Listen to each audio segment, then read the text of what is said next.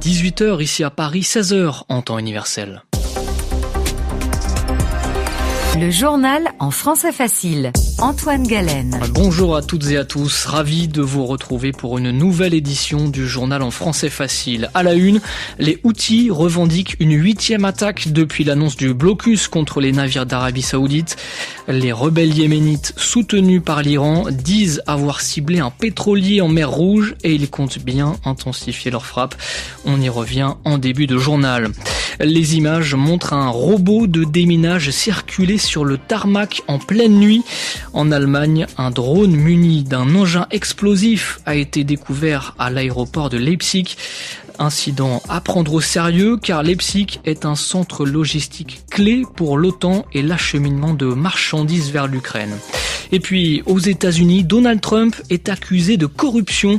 Le président américain a commencé à vendre à certains investisseurs un accès prioritaire à ses messages sur son réseau Truth Social. Un abonnement mensuel allant de 60 000 à 100 000 $. Plusieurs élus ont saisi le gendarme des marchés financiers.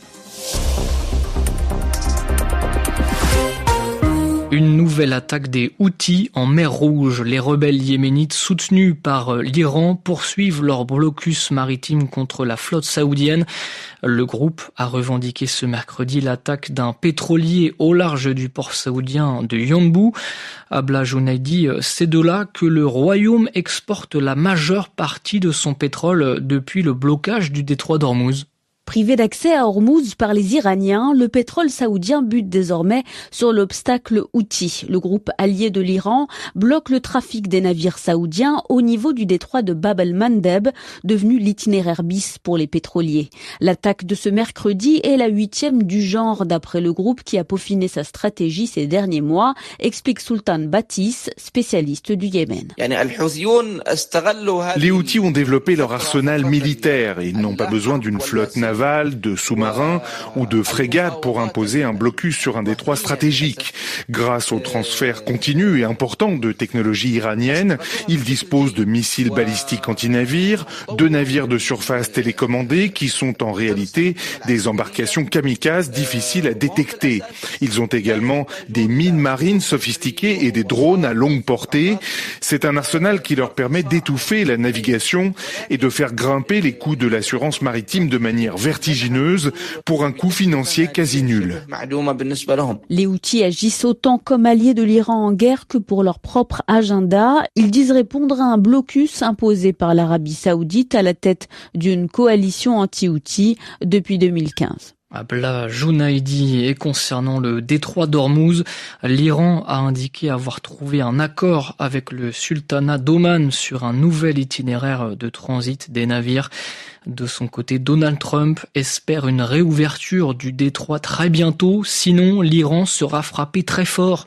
Voici les mots du président américain qui ajoute qu'un accord pourrait intervenir d'ici jeudi. Pendant ce temps, l'ONU se dit alarmée par la hausse des exécutions en Iran. Au moins 56 personnes ont été mises à mort depuis les premières pendaisons liées au mouvement de contestation de début de l'année. Selon Volker Turk, le haut commissaire de l'ONU aux droits de l'homme, plus d'une centaine d'autres personnes risquent d'être exécutées. L'actualité dans la région, c'est aussi cette nouvelle frappe d'Israël dans le sud du Liban. Au moins 1 mort et 11 blessés. L'armée israélienne se justifie en accusant le Hezbollah pro-iranien d'avoir violé le cessez-le-feu. Des frappes tandis que se tiennent en ce moment des négociations à Rome entre l'État hébreu et le pays du Cèdre. Un drame a été évité en Allemagne. La nuit dernière, un drone muni d'un engin explosif a été découvert à l'aéroport de Leipzig. Incident qui a entraîné une suspension temporaire du trafic. Alors ce n'est pas nouveau, les infrastructures allemandes sont depuis des mois la cible d'opérations d'espionnage. Mais cette fois-ci, il s'agit d'un sérieux incident de sécurité car Leipzig est un centre logistique clé pour l'OTAN et l'acheminement de marchandises vers l'Ukraine. Explication de notre correspondant à Berlin, Pascal Thibault. Le drone qui était découvert à l'aéroport de Leipzig était équipé d'un engin explosif. La police a dû recourir à un robot pour retirer le détonateur. Aucun détail supplémentaire n'est connu jusqu'à présent. La présence de ce drone a conduit hier soir à une fermeture temporaire d'environ 2 heures de l'aéroport, qui est également un hub militaire important pour l'OTAN et pour les livraisons militaires vers l'Ukraine. Le drone se trouvait d'ailleurs près de 4 appareils de fret ukrainiens stationnés en Allemagne depuis le début de la guerre. Un autre incident a également eu lieu hier soir. Un avion qui ne pouvait pas atterrir à Leipzig en raison de la fermeture de l'aéroport et qui reprenait de l'altitude a heurté un drone. L'appareil a pu atterrir sans encombre à Hanovre, à 200 km de là. Ces incidents surviennent alors que l'Allemagne est depuis des mois victime de tentatives de sabotage, de désinformation ou encore de cyberattaques, derrière lesquelles on suspecte le plus souvent la Russie. L'an dernier, une Chinoise a été condamnée dans la région pour espionnage pour avoir communiqué des informations sur des vols au départ de cet aéroport, notamment en lien avec le soutien militaire à l'Ukraine. Pascal Thibault, Berlin, RFI. Une conférence de presse doit se tenir à 19h30 heure de Paris pour faire la lumière sur cet incident. Une pluie de missiles en Ukraine. Au moins 17 personnes ont été tuées à Kiev dans la nuit de mardi à mercredi. La faute à des frappes russes qui ont aussi fait 44 blessés.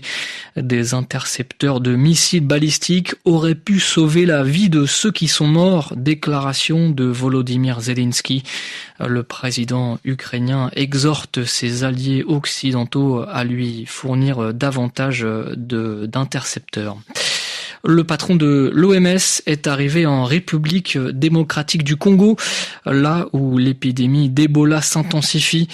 Tedros Adhanom Ghebreyesus doit s'entretenir demain avec le président congolais Félix Tshisekedi.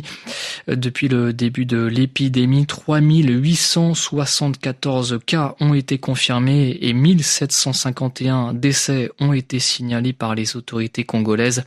Samedi, l'OMS avait appelé à une montée en puissance de la réponse sanitaire. Un abus de pouvoir scandaleux. Voilà comment la sénatrice démocrate Elizabeth Warren décrit le nouveau produit proposé par Truth Social, le réseau de Donald Trump. Le président américain a commencé à vendre à certains investisseurs un accès prioritaire à ses messages. Truth API, un abonnement qui coûte entre 60 000 et 100 000 $.